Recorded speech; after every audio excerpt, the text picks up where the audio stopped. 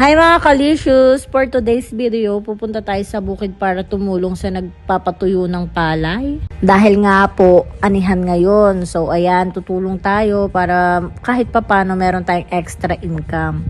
Alam nyo naman ang buhay probinsya, mahirap kumita ng pera, kaya kailangan mong kumayod araw-araw.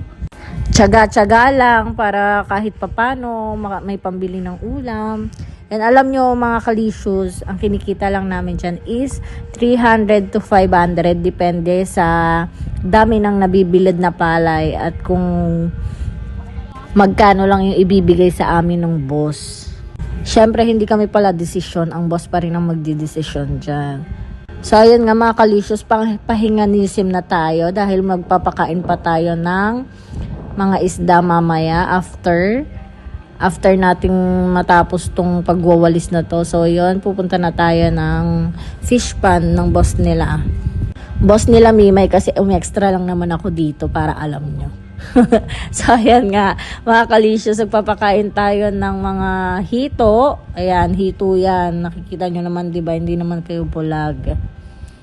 Sobrang daming hito at tilapia naman sa kabila. So uubusin lang natin yung pagkain. Tapos pwede na tayong umuwi.